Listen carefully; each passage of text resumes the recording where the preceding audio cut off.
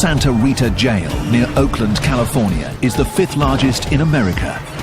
Jail can be a world of violent gangs, hundreds of cliques that bring rivalries and vendettas from the streets behind bars. You know what I'm saying? For many, life here means making a choice: join a gang or live without protection. You've got to run with somebody, because if you're out there by yourself, there are sharks watching you left and right. Jail becomes a proving ground where old-time gangsters teach youngsters the ropes. Mostly respect your race. You always try to stick with your race. Trying to stay a step ahead of these gangsters is the jail's gang unit, working to keep the peace in a world fraught with hidden danger. The majority of them probably do have weapons right now. It could be just a small razor blade stuck in the side of the cheek. It could be anything. It's a constant battle for control between the deputies and the prison gangs.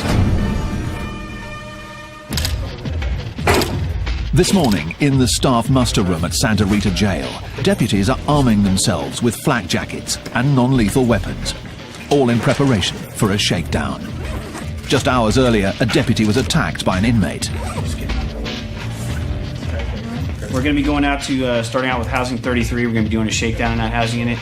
We did have a deputy that was assaulted this morning, as you guys know. We're just going to go back down there and reestablish some control and remind these guys that this is our house. Are we ready? Yep, we're ready.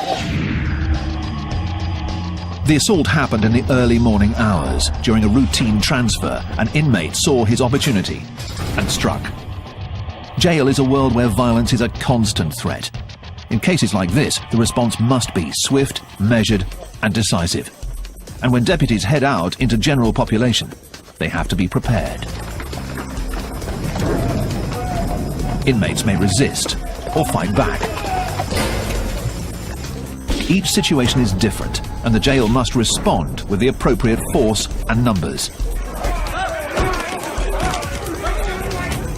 In the case of shakedowns, the element of surprise is key. East side, gentlemen, I need everybody on your feet. Do not go to your drawers. Get up, get dressed. Searches like these are a fixture of life here at Sta Rita jail. But when a deputy is attacked, everything becomes more intense, and even the slightest show of defiance can get an inmate handcuffed. Turn around. Put your hand behind your back. Stop. Let's go. The deputies search every cell and turn over every bunk. Their aim is to find contraband, like weapons, drugs, and alcohol. Already the search is getting results. They uncover dozens of containers of homemade alcohol called Pruno. Throw some sugar in there and apple juice, and then just tighten it up, and it just starts fermenting. It's the catalyst for a lot of fights. People start drinking, and they get that liquid courage, and then a lot of fights break out. We do this on a routine basis. However, if you're going to be that housing unit that today you're going to threaten our staff, well, we move you to the top of the list. And today, they threaten our staff. Based on an assault that took place this morning, we move them to the top of the list. More than 150 inmates will be searched today, yielding gallons of alcohol. But the fight for control here is never ending, driven by one simple fact: this is the 5th largest jail in America.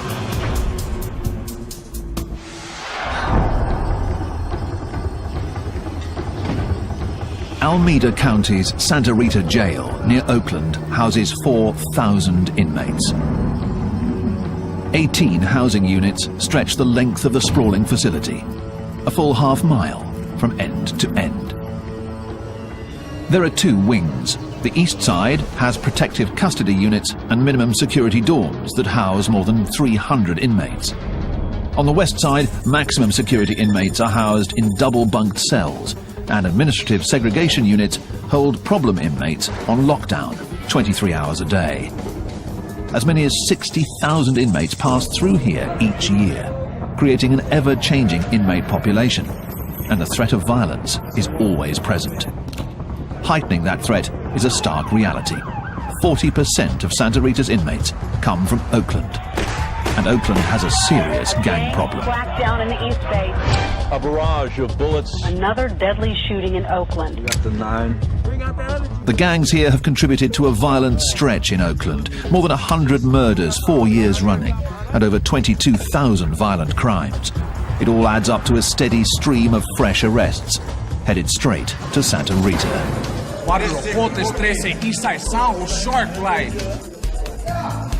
The streets of Oakland set the tone here, and roughly half of the inmates have gang affiliations and often bring vendettas and rivalries with them from the street. Keeping control means constant vigilance that begins the moment inmates walk through the door. Deputy Terry Carson is working at the intake area, known as ITR.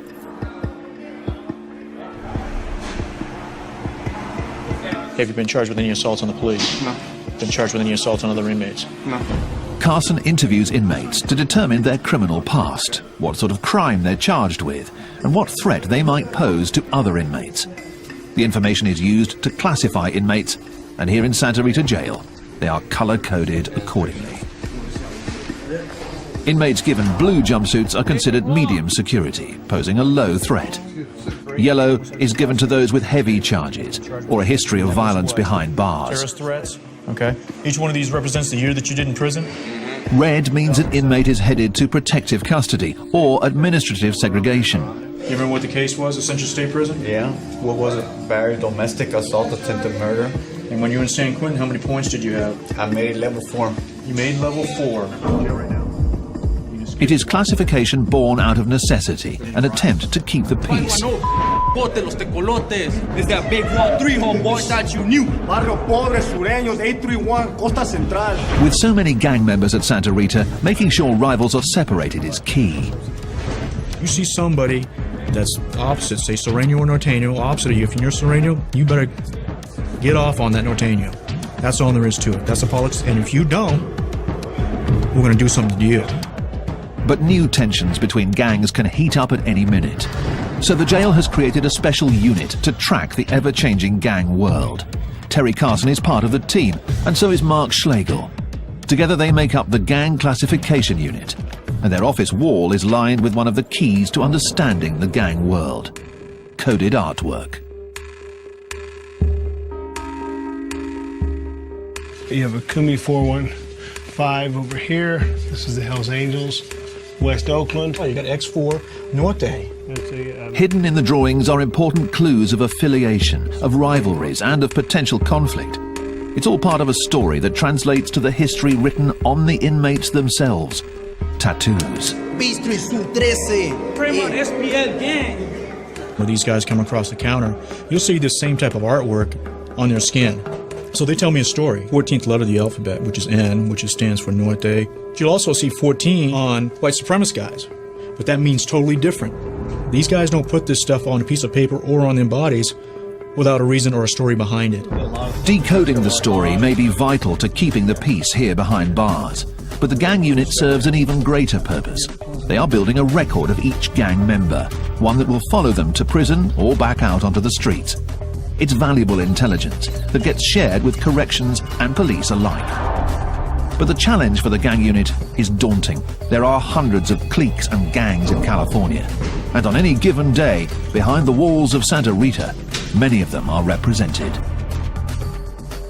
You got border brothers, you got everybody, Paisas, blacks, whites. If enemies are housed together, violence will follow. And right now, in Maximum Housing Unit 6, is a graphic reminder of that reality. Crime scene cleanup is already here, removing the remnants of a violent fight that started just hours earlier. Yeah, we had just opened the doors for dinner feeding. An inmate ran down here from cell 14, entered the cell, attacked the other inmate, had a razor blade attached to a short piece of plastic, tried to slice him on the facial area. The injured inmates have been taken to medical, where the attacker may face charges for assault. It's still unclear whether the fight was gang-related.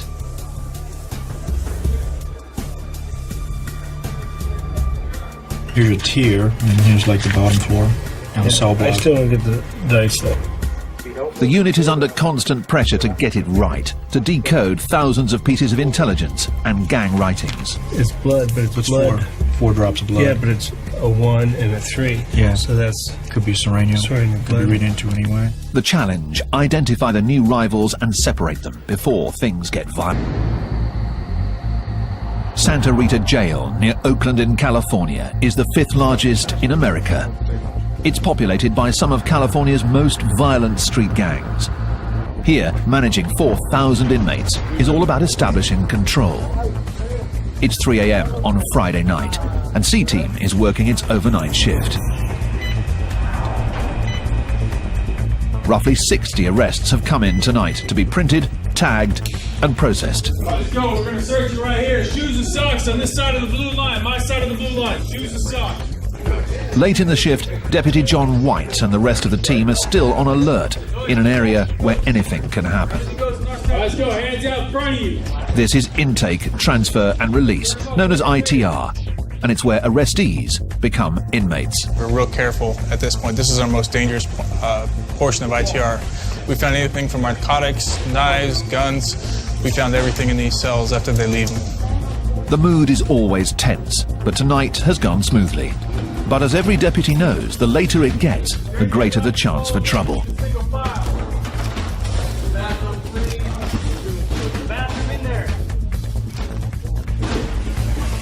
We're roughly 10 hours into our shift right now. Every minute, every second, you have to be attentive to all your surroundings. Around the corner in the pat-down area, that vigilance pays off when an inmate makes a move at a deputy. The response is quick, measured, and designed to make one point clear. This is jail. We have to set the tone because they come across and they're not fully acclimated to being in custody. They don't realize they are not in control anymore. This individual that came across, he's intoxicated. They came across, we attempted to search him. He became combative. So for our safety and for his safety, we went ahead and we restrained him, brought him back to the back. It happens every night. Don't kick me, dude. The alcohol does funny things to people, and unfortunately, this is where they usually end up. This inmate will sober up in a back tank of ITR. By night, it's a quiet corner for problem inmates. But in the morning, the mood changes radically as ITR transforms into the bustling hub of the jail.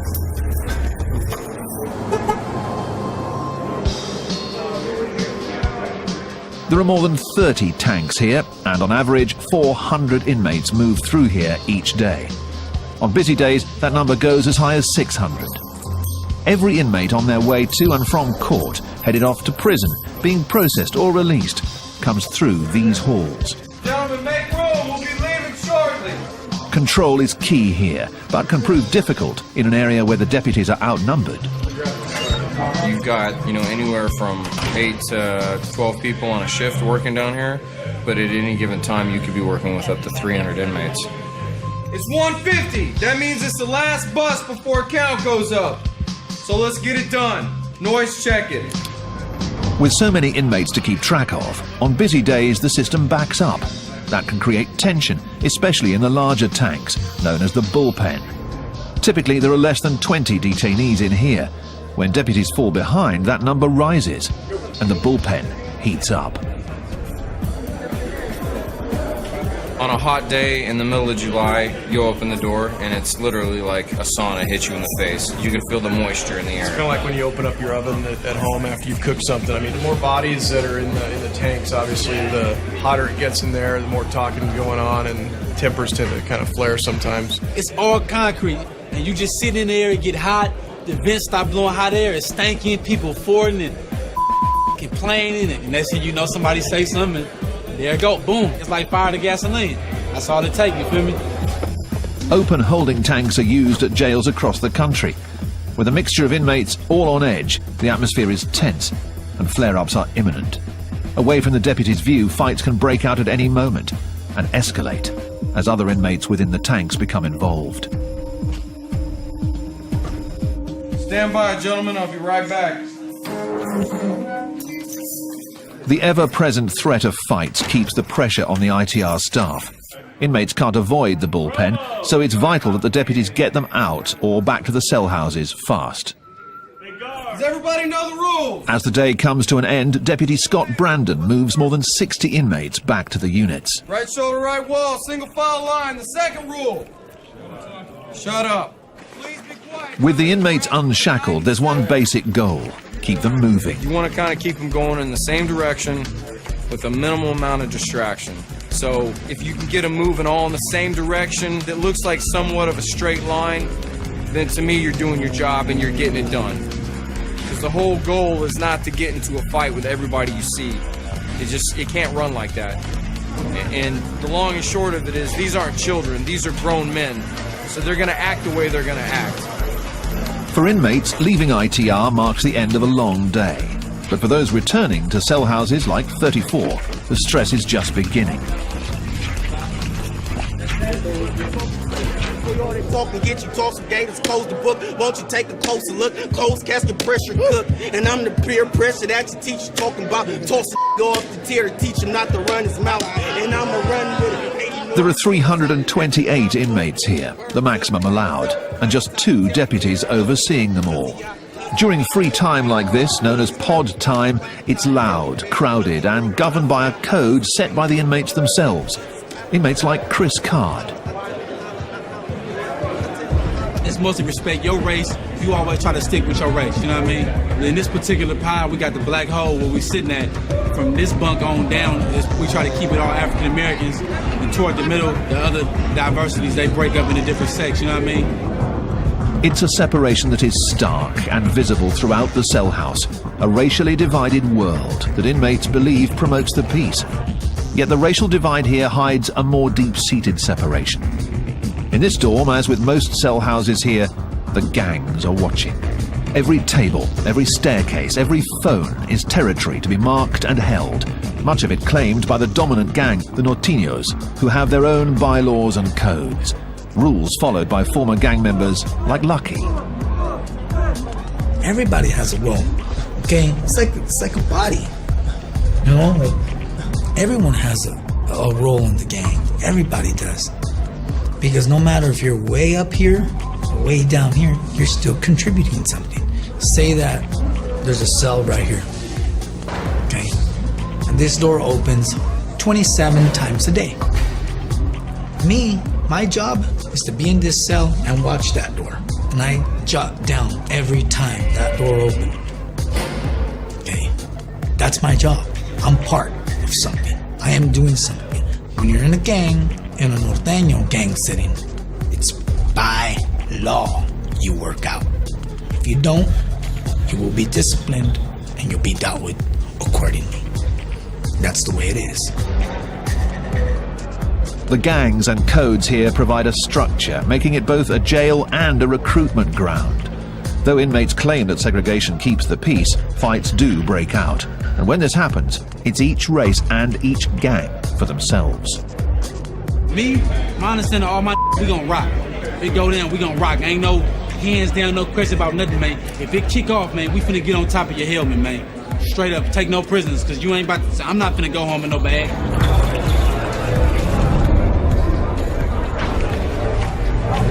Lock down, fellas. Let's go, fellas, lock down! After 3 hours, pod time comes to an end and the inmates head back to their cells. The deputies walk through each of the tanks, where 36 men are double bunked behind mesh for the night. They confirm that all are present and accounted for, and perform a final spot check for any contraband. In dorms like 34, the numbers are heavily in favour of the inmates. So for them, lockdown means the night is just beginning, and it's time for a cell house party, a feast of food purchased from the jail, complete with homemade alcohol. We can't let the police see this right here, man. This right here, man, knock you on your real good. Tonight we make a gumbo, oysters, chicken, tuna, rice. We all put it in, you know what I mean? We eat like kings in here. The city of Oakland, California, has one of America's highest crime rates, with more than 100 murders in each of the past 3 years. Police are investigating Oakland's third murder of the weekend. 40% of Sta Rita's inmates come from Oakland, and many of them are in gangs. It's the first stop for the accused on their way to trial. But with thousands of repeat offenders coming through the door each year, it also serves another purpose. Sta Rita is like a training ground for prison.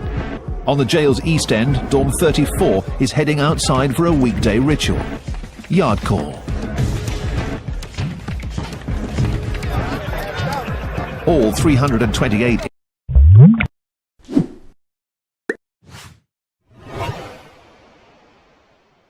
Inmates are out together, and while it may seem like a time for recreation and games, there's much more going on than meets the eye. From the guard tower above, deputies Mark Schlegel and Terry Carson of the Gang Classification Unit look on. Being able to sit up here and watch people work out in the yard, you can see if there's tensions going on, who's got some authority, and who the bodyguards are. As you look down here, you can see that all our Northern Hispanics are down here at the end of the yard doing their workout program. Push-ups and all the different types of exercises they got going on, and then talking about business at the same time. And they're positioned in certain places to keep an eye out of what's going on, you know. If you look down there, you see a guy, he's all by himself, standing by them pull-up bars right down there. See how he's standing there with his back to them guys working out? He's standing guard. The yard is all about territory. Different gangs carving up their own sections, their own turf. Norteños control the handball courts. Black gangs rule the basketball court, and other Latinos on the volleyball court. The yard has a strict set of rules set by group leaders. What you have is you have every faction out there. You have Black, BGF, Blood, Crip. You got the Northerners and the Southerners. You got Whites. I don't want to deal with nobody else, no other race. They're not going to get in my way. You're not going to step on my game. You know, that's it. You stay on your side of the grounds. I stay on mine. You cross my ground, it's over. You know, I will kick the yard off. I don't care. The rigid structure can be seen almost everywhere. And in a jail dominated by gangs, going it alone seems a difficult option. You've got to run with somebody, okay? Because sooner or later, you're going to get caught up in a situation where who are you going to turn to? Yourself, you know? Because if you're out there by yourself, there are sharks watching you left and right. They're going to come try to use you. They're going to come try something to get over on you. That's how it works. And these guys, I would say a good majority of them probably do have weapons right now. It could be just a small razor blade stuck in the side of their cheek, or it could be, you know, a toothbrush that's sharpened down in their sock. It could be anything. The threat of violence is just one part of life on the yard. For inmates headed for serious time, the yard is also a proving ground, and the lessons learned here are carried forward to prison, where the stakes are even higher. Many of California's most infamous prison yards are dominated by hardened gangs, and their clashes can be deadly.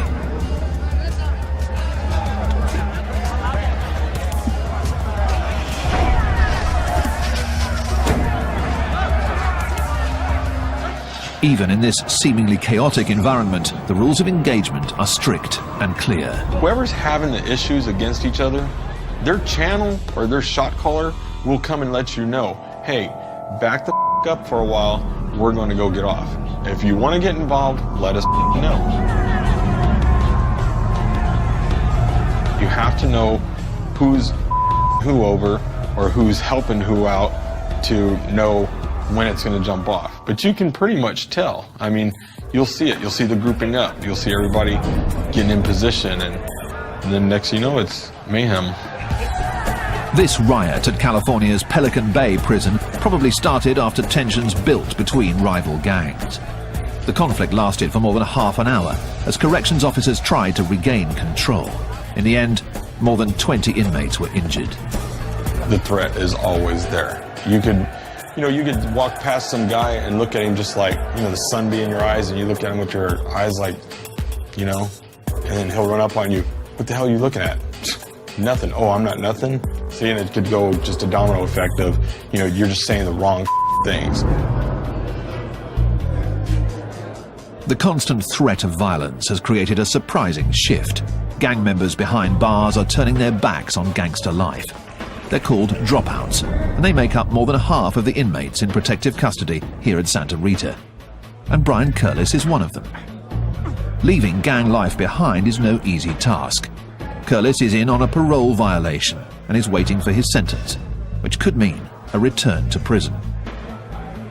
He has a coveted job as a pod worker, but his criminal record makes him a 3 strikes candidate, meaning a new charge could get him a life sentence. And as a former gang member, the aggressive mentality runs deep. It's like, now I'm a worker here, I tell people straight up, if you don't like the way I'm doing something, here's where I live. Come and see me at breakfast, you know? I don't have no problem with it. But at the same time, I don't want to get in a fight because I'm a 3-strike candidate, you know? It's like, I don't know. Curlis is walking a fine line. One slip could land him behind bars for 25 years to life. Sta Rita jail holds criminals from some of Oakland's most dangerous gangs. For gang members, cell houses and yards are a harsh training ground where the inmates are indoctrinated into the gang code. For the deputies, keeping the peace is a never-ending challenge that requires more than just watching over the inmates. It requires constant surveillance and vigilance. And today, in Dorm 32, deputies Carson and Schlegel of the gang unit are following up on some fresh intelligence.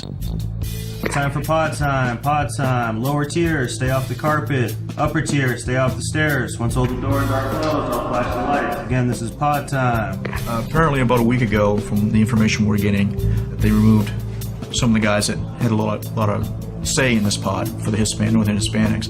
They were taken out. And during that time, you have a void there, so there's always going to be a little power struggle within the group to say who's going to step up and call the shots. In the rigid gang structure behind bars, the shot caller is the one in charge. He runs the dorm, decides who fights who, but he also keeps the peace. Without him, even more fights could break out. So the gang unit is trying to figure out who is stepping up next. Figuring that out can be tough in this constantly shifting environment. One of the things that they do as leaders is to help train everybody else that's coming in here, or make sure that people understand, the structure in there. This is a county jail. When you're in the county jail, it's not like we're in prison where people are in there for years at a time. They're in for short periods of time, and so there's a lot of turnover and there's a lot of people coming and going. That constant turnover is one of the key challenges to keeping control here. Sta Rita sees nearly 60,000 inmates each year from all over Alameda County, so rivals from the street can easily end up housed next to each other, and that can spell trouble. Just as the jail is constantly looking to classify any incoming gang members, the gangs themselves have their own strict classification process. And just like the jail, it begins from the moment an inmate walks into a new cell house. When they come in, they have to check in, and when they check in, they have to give, from the time they started coming into custody, the first crime that they ever committed to up until now, they have to list each and every crime that they committed, where they went, where they stayed, what state prison they were in, who this cellie was, and all that stuff. So they have to have that track record there. It's like writing up their resume. These gang resumes are compiled on notes and are the key means of communication between the gang members. The writing on the note is tiny, called micro-writing, and some get moved throughout the facility and checked out for intelligence on new inmates.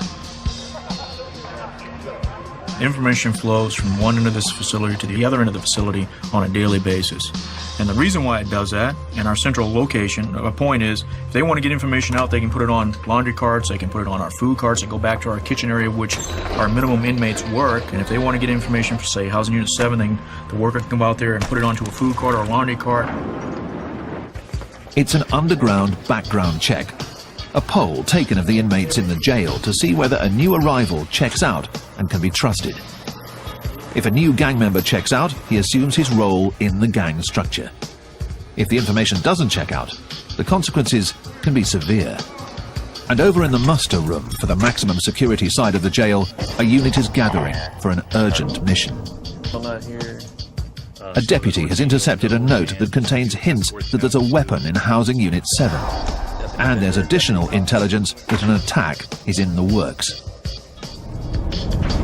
One of the guys in B-Boy Pod is saying that they have a weapon, one RB constructed into a tomahawk. We're assuming RB is a razor blade.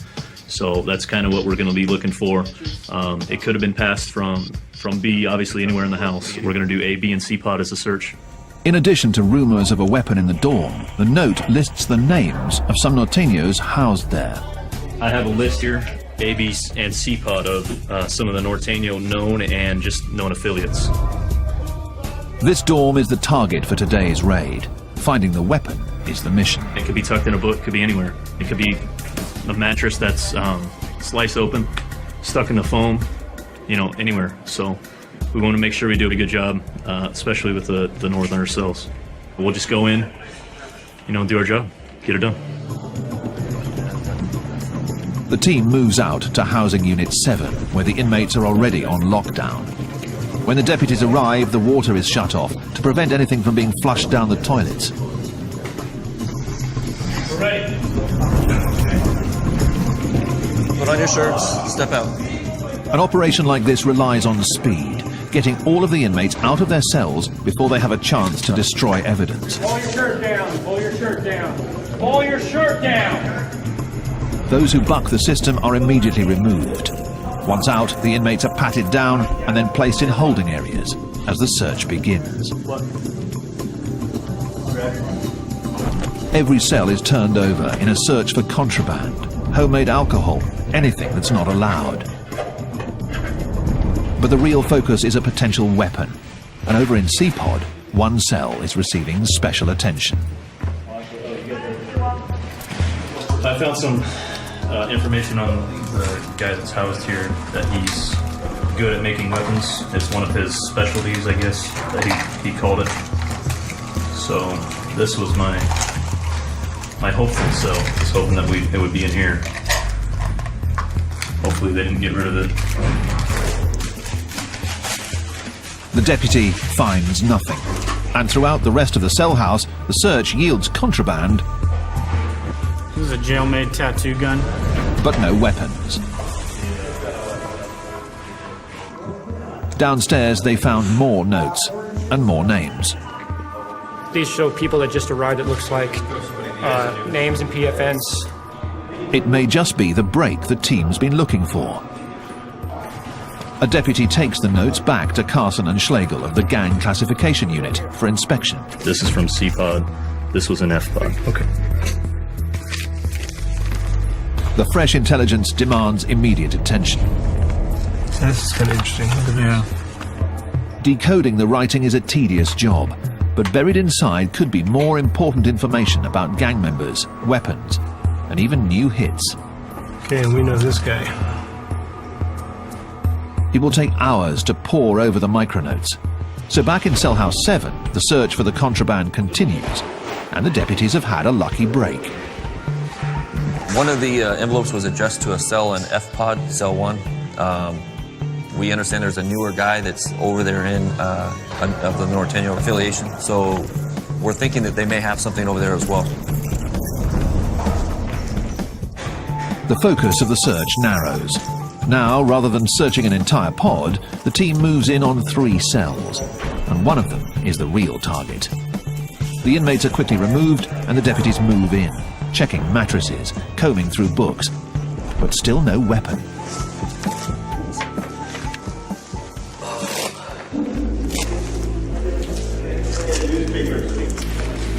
Out in the common space, a deputy spots something wedged under the television. It's coming. That's what that's there for. It could be what they came here for. Yeah. A blade. Yeah. So they fit it up to slice somebody with. Yeah. See?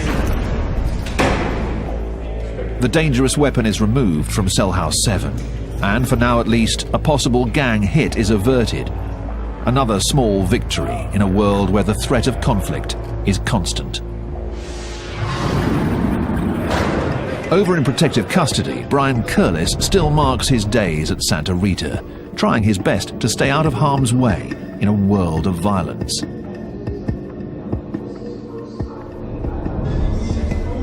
Curlis is on a parole violation, but has turned his back on gang life.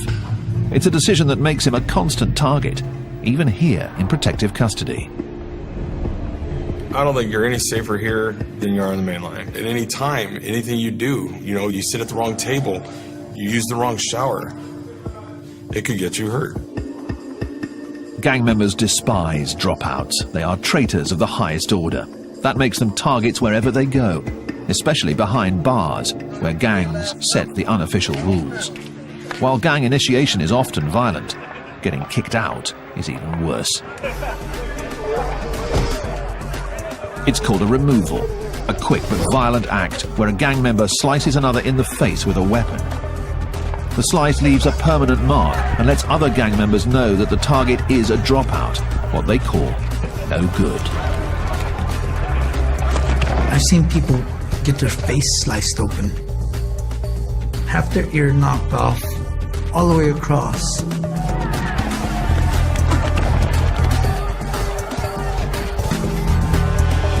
be a dropout, it's like you're hated. You're hated a lot. People literally 100% want to kill you.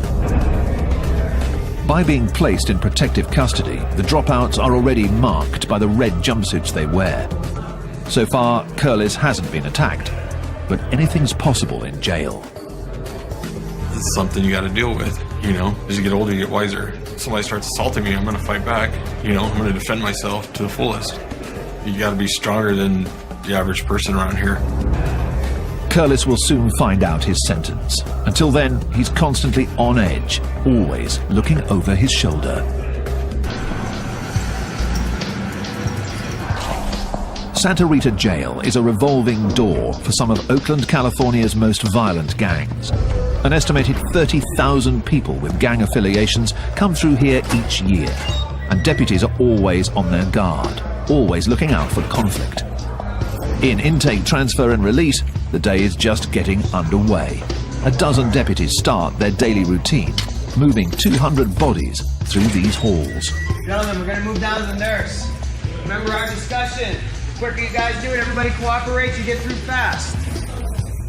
Terry Carson of gang classification is on his post at the front end of the system, screening the new intakes, trying to figure out whether they have gang affiliations and where to put them. Remember these street gangs? No. None? Any tattoos? No tattoos. Nothing. Nothing on your back? Nothing. The process of classification here is never-ending. It's a process designed to keep rival gangs separated and violence from breaking out.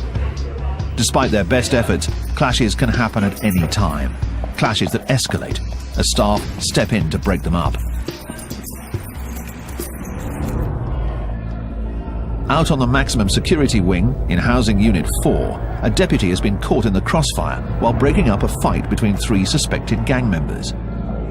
The inmates are already on lockdown as an investigation is underway, and the pod is littered with the remnants of a brawl.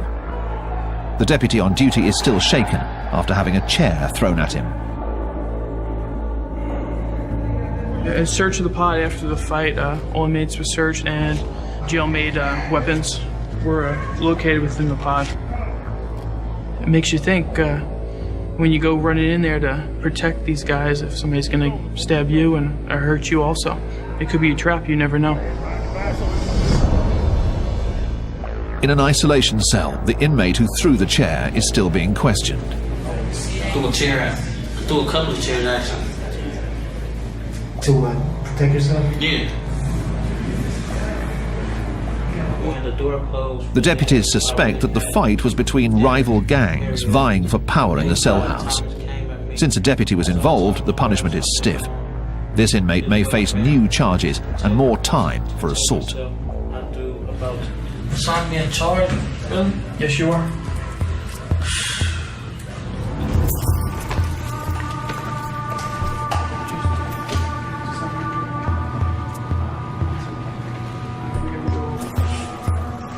New charges are something that every inmate dreads.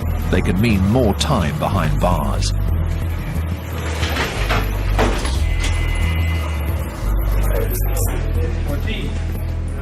Former skinhead Brian Curlis is trying to steer clear of getting new charges of his own. He's shipping out of Sta Rita, headed back to prison. Leaving jail behind means returning to a world where the convict code runs even deeper. As a gang dropout, he'll face challenges daily. But as a 3 strikes candidate, those challenges could have serious consequences.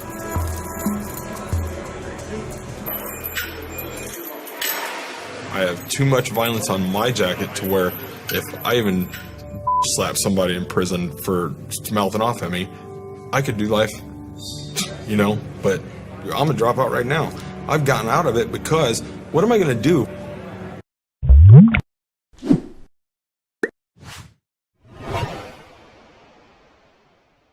I look back sometimes and I think to myself, man, I've screwed up. Never mind, hold on.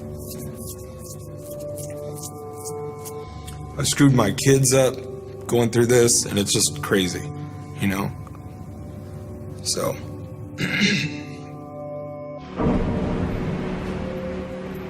Curlis's sentence is 250 days. 250 days to toe the line and steer clear of fights. If he fails, it could mean a life sentence. The prison bus leaves, signalling the end of another day. Back in the cell houses, the evening brings with it a familiar sight. Deputies have formed a squad and are making their way across the yard. It's another shakedown, another attempt to remind the inmates of who's in charge. The battle for control between gang members and deputies never ends. Join cops patrolling the drunken states of America in a brand new look at US binge drinking next Thursday at 9. Stay tuned for Seconds from Disaster.